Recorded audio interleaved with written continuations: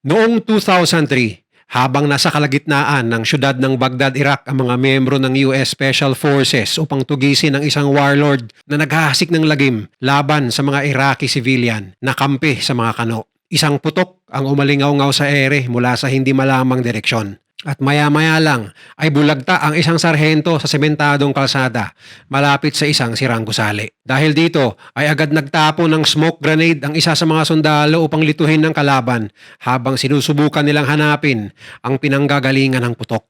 Ngunit maya-maya lang ay isa pang putok ang kanilang narinig at sapul sa likurang bahagi ng leeg ang isang Special Forces operative kaya nagsipagtago ang mga kano sa likuran ng mga gusali. At kung gaano kabilis ang pagtumba sa dalawang sundalong kano ay ganoon din kabilis tumahimik ang paligid nang hindi man lang nila nalaban kung sino ang bumaril sa kanila. Ito ang true story sa likod ng malupit na Iraqi sniper na kinatatakutan noon ng mga Amerikano at naging alamat sa kabuuan ng gera sa Iraq. Mr. Goodbye! Sa kalagitnaan ng pagsakop ng Amerika sa Iraq na tumapos sa rehimen ng diktador na si Saddam Hussein, hindi naglaon ay unti-unti namang nag-collapse ang ekonomiya ng buong bansa. Subalit sa likod ng kaguluhang nangyayari sa Iraq, umusbong naman ang isang malawakang pag-aalsa ng mga grupo ng resistensya na walang humpay na nakikipagbakbakan sa mga tropa ng Amerikano sa mga sumunod na taon. Bagamat mula sa iba't ibang grupo at paksyon sa kabuuan ng Iraq ang mga ito, iisa lamang ang kanilang layunin, ang pulbusin ng mga kano at mga sibilyang Iraqi na nagpakita ng suporta sa banyagang puwersa na ayon sa kanila ay pumatay sa kanilang mahal na pinuno at naging sanhi ng kaguluhan sa bansa. At isa sa mga sikat na pangalan ng rebelyong ito ay ang tinagurian ng maraming Amerikanong sundalo bilang ang nakakakilabot na Baghdad Sniper o mas kilala sa tawag na Juba. Matapos lamang ang isang linggo ng unang maranasan ng mga sundalong kano ang husay ni Juba sa pag-aasinta, ay muli itong nagparamdam sa kanila sa pamamagitan ng isa na namang kagilagilalas na pang-aambush. Habang binabaybay ng isang grupo ng US Marines ang mga kalsada ng Baghdad pabalik sa kanilang military base mula sa isang matagumpay na operasyon, bigla na lang nakarinig ng malakas na putok ng baril ang mga Amerikanong sundalo. Agad-agad ay bumulagta ang nagmamaneho ng sinasakyan nilang Humvee nang matamaan ito sa ulo ng bala mula sa hindi pa nakikilalang shooter. Dahil sa pagkamatay ng driver, nagpagewang-gewang ang sasakyan hanggang sa bumangga ito sa gilid ng kalsada. Dahil sa nangyari, dali-daling lumabas ang mga sundalo. Ngunit sa hindi inaasahang paglantad nila sa kanilang mga sarili, isa-isa silang pinatumba ng hindi makikitang shooter. Doon na nila napagtanto na tinatambangan na pala sila ng isang sniper. Agad nila itong niradyo sa kampo at sinabing malamang ito rin ang taong umambush sa kanilang mga kasamahan. Isang linggo lamang ang nakalipas. Kahit pa man magtago sila sa gitna ng mga usok ng mga smoke grenade o kahit pa sa likod ng sasakyan, nakapagtataka na nahahanap pa rin sila ng nasabing sniper. Tila ba wala ring silbi ang mga konkretong pader na mga gusaling kanilang pinasok dahil nakakahanap pa rin ito ng paraan na tumira. Kapag sumilip lang sila ng konti ay bigla na lang babagsak ang mga Amerikano at kahit pa man sinusubukan ng US Marines na bumuelta ng putok, isa-isa pa rin silang pinipitas ng hindi nakikita ang kalaban. Makailang beses na rin nilang sinubukang makorner ang mailap na sniper sa paggamit ng decoy na helmet na pinapatong nila sa mga pader at maigi nilang minamanmanan kung saang direksyon manggagaling ang bala o tunog ng baril. Subalit hindi ito umuubra. Ngunit nang may sumilip sa kanila upang ma-check ang paligid, ay isang putok na naman ang sumalubong kaya agad nilang pinuntahan ang pinanggalingan ng putok. Subalit wala silang naabutan. Totoo nga kahit saan sila magtago ay wala silang takas. Walang nagawa ang mga sundalo ng Amerika kundi ang tumakas mula sa lugar malayo sa kamay ng malupit na sniper. Pagbalik sa kampo ay agad nilang inutusan ng kanilang mga Iraqi asset na alamin ang pagkakakilanlan ng sniper. Ngunit ang tanging nakuha lamang nilang impormasyon ay ang pangalan di umano nitong si Juba.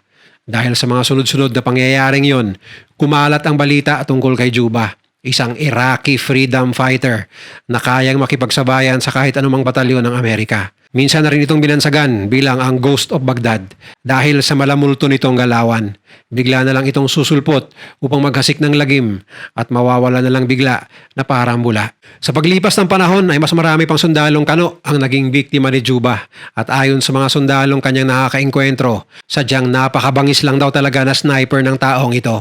Napakagaling nitong pumwesto upang kumitil ng mga Amerikano at kapag natuntun na ang kanyang lokasyon ay napakabilis din itong lumipat sa ibang posisyon. Nakatulong na lang din na napakabilis nitong gumalaw at napakatalino din itong mag-isip.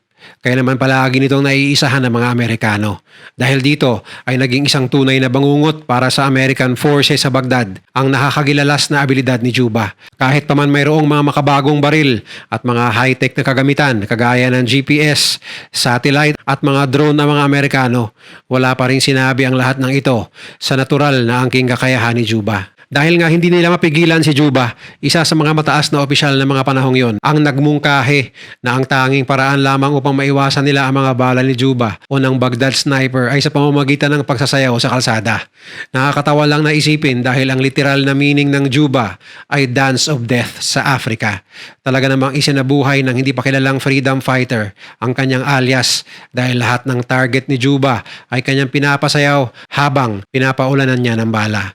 Ang problema nga lang, bihira lang siyang magmintis. Kaya naman mas malaki pa ang tsansa mong manalo ng loto kaysa ang mabuhay kapag binaril ka ni Juba. Ayon pa sa biru-biruan ng mga sibilyan sa Iraq kapag nag-uusap sa kalye. Ayon sa mga ulat ng mga sundalong nakaranas ng hagupit ni Juba, nag-iiwan di umano ang sniper ng mga basyo ng bala na may mga nakaukit na Arabic na kataga na ang ibig sabihin ay dugo para sa dugo. Sa madaling sabi, ginagawa lamang ito ni Juba upang maghigante laban sa mga Amerikano para sa kanyang mga nasawing kababayan. Sa loob ng maraming taon mula 2003 hanggang 2007, talaga namang napakalaki ng pinsalang dinulot ni Juba sa puwersa militar ng Amerika na nakadistino sa Iraq. Tinatayang nasa 600 hanggang 700 kalaban ang kumpirmadong napatumba ni Juba, mapa-Iraqi man o Amerikano. Ngunit ang totoong bilang ay hindi pa rin nalalaman hanggang ngayon. Baka nga mas marami pa ito kumpara sa alam ng mga militar. Talaga nga namang isang magaling na marksman si Juba dahil bihirang-bihira lang daw ito magmintis. Upang masigurado na mapapatay niya ang kanyang target, tanging ang ulo at leeg lamang ang pinupuntirya niya. Nagpapalipat-lipat din ito ng pwesto upang hindi ma-detect ng mga kalaban. Kahit pa man nakaya niyang pumatay sa layo na hanggang 500 meters, nananatili lamang si Juba sa 200-meter radius upang masigurado niyang tsak at perpekto ang tatamaan niyang target. At base sa mga basyo ng bala na kanyang naiiwan, nakapag-conclude ng mga kano na gamit lamang nito ang makalumang baril na tabuk, isang modified na baril mula sa mga Zastava sniper rifle ng Soviet Union. Na bagamat makalumang sniper gun ay nagagawa ni Juba na ubusin ang mga nakikita niyang Amerikano sa daan. Sinubukan na rin ng mga kano na mas paigtingin pa ang kanilang armor at proteksyon sa katawan. Subalit nakakahanap pa rin ng butas si Juba sa mga kasangkapan ng US Marines, literal na butas. Kung noon ay sa ulo nakafocus ang pananaw ni Juba, ngayon ay pinupuntirya niya naman ang mga nakatiwangwang na kasukasuan. Tinarget niya rin ang tadyang, pati na ang likod na parte ng leeg, kung saan mayroong mga maliliit na agwat ang mga Kevlar armor. Sa sobrang pagkadesperado ng mga kano na mahanap ang maalamat na freedom fighter, sinubukan ng US government ang magpalabas ng malaking pabuya para sa kung sino man ang makakapagturo sa lokasyon at makakapagsabi sa katauhan ni Juba. Sa halagang $40,000, walang ni isang taga-Iraq ang naglaglag kay Juba, kaya nanatili siyang misteryoso at mailap ng mahabang panahon. Pero sino nga ba talaga si Juba? Kahit napakarami na niyang napaslang, nanatili pa rin itong misteryosong tao. Ni hindi nga alam ng US government ang tunay na pangalan ng nasabing sniper o kahit anumang uri ng pagkakakilanlan o kung kanino ba ito nagtatrabaho. Kahit ang mukha nito ay hindi pa rin nakikita ng publiko dahil palagi ito nakasuot ng maskara. Marami na mga kumalat na umano'y litrato ni Juba dahil nasa wanted list ito ng US military. Ngunit walang konkretong ebidensya na siya nga talaga yon. Kumalat na rin ang napakaraming video sa internet tungkol sa mga ginagawang operasyon ni Juba. Ilan sa mga ito ay mga tinuturing na highlights ni Juba kung saan pinapakita niya ang kanyang husay sa pagbaril. Marami ding mga compilation ng mga training videos ni Juba at karamihan sa mga ito ay nag-viral pa nga noon. Ngunit kagaya ng mga litrato ay pawang mga haka-haka lang din ang mga ito. Ngunit ayon sa mga taga-Iraq, si Juba o ang Ghost of Baghdad o ang malupit na Baghdad sniper ay dating miyembro ng Islamic Army of Iraq. Naging parte lamang ito ng resistensya dahil sa pagpasok ng Amerika sa Iraq. Subalit sa paglipas ng panahon, nagbago na ang tingin ng mga Amerikano kay Juba. Para sa kanila, hindi lamang iisang tao ang nasa likod nito. Maaaring isa itong grupo ng mga magagaling na snipers na ginawa ng nakakatakot na pangalan upang mangamba ang US Army. Kung tutuusin, hindi naman malayong mangyari ang kanilang mga tsorya. Nakatanggap na rin sila ng marami mga pangalan na di umano'y nagre-representa kay Juba. Isa na rito ang rebeldeng si Ali Nazar Al-Juburi na sinasabi ng iba ang di umano'y orihinal na Juba. Ang iba pang mga pangalan na natanggap ng intelligence ng Amerika ay sina Abu Roma, Abu Othman o alias Ala Sniper, Muhammad Taha Hamad, ang professional na sniper ng Iraq, at si Ali Kanas, ang orihinal na Baghdad sniper, at marami pang iba. Pero hindi maikakaila na sa pagiging notorious ni Juba, lumala ang takot at pangamba na nararamdaman ng mga Amerikano na nasa Baghdad dahil alam nilang anumang sandali ay maaari silang tumihaya na lamang dahil sa nakakatakot na Baghdad sniper. Sa katunayan, maliban sa takot ng mga Amerikano, naging simbolo si Juba para sa mga taga-Iraq na gustong magkalakas ng loob na lumaban sa mga mananakop. Naging epektibo nga naman talaga ang pagkalat ng alamat ni Juba. Ngunit hindi naman papatinag ang mga Amerikano. Nung una, pinapadala ng US ang kanilang ipinagmamalaking Task Force Raptor para sa malawakang pagtugis kay Juba. Ang Task Force Raptor ay isang mabangis na grupo na kagaya rin ng Delta Force na gumagalaw sa Baghdad.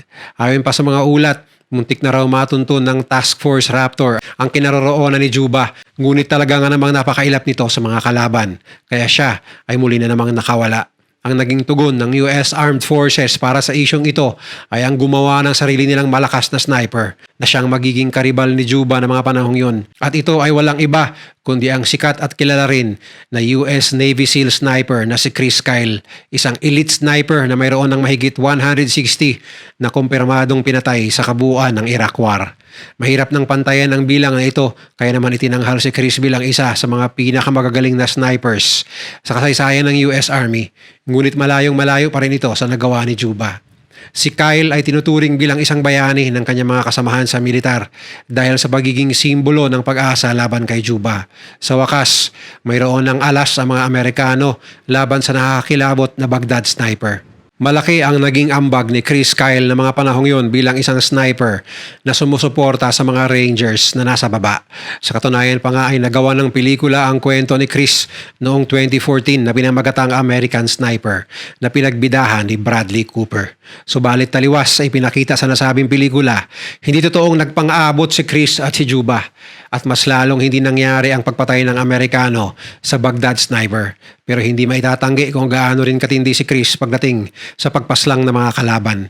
Base sa ipinakita sa nasabing pelikula, si Juba o Mufasa ang naging katapat ni Chris Kyle. Si Mufasa ay isang sniper mula sa Syria. Ngunit sa totoong buhay, meron naman talagang mga naging kalaban si Chris na mga panahong yon. At isa na roon ang Yemeni sniper na naghasik ng lagim sa syudad ng Ramadi. Matapos ang gera at pagkalipas ng pagpatay sa daan-daang mga rebelde, nagkaroon ng post-traumatic stress disorder o PTSD ang retiradong Chris Kyle.